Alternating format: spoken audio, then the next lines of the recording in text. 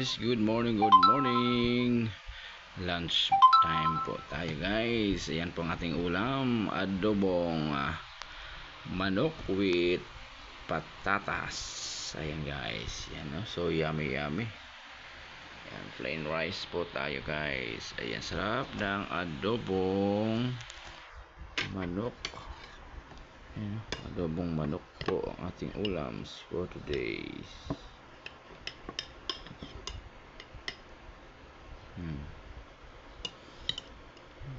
Sarap patatas.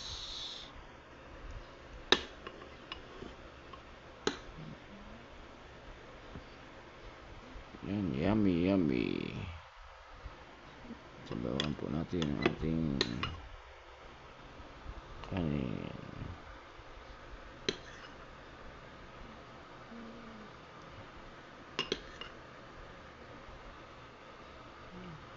Yan guys, so yummy adobo. Thanks for watching. Happy lunchtime po sa lahat.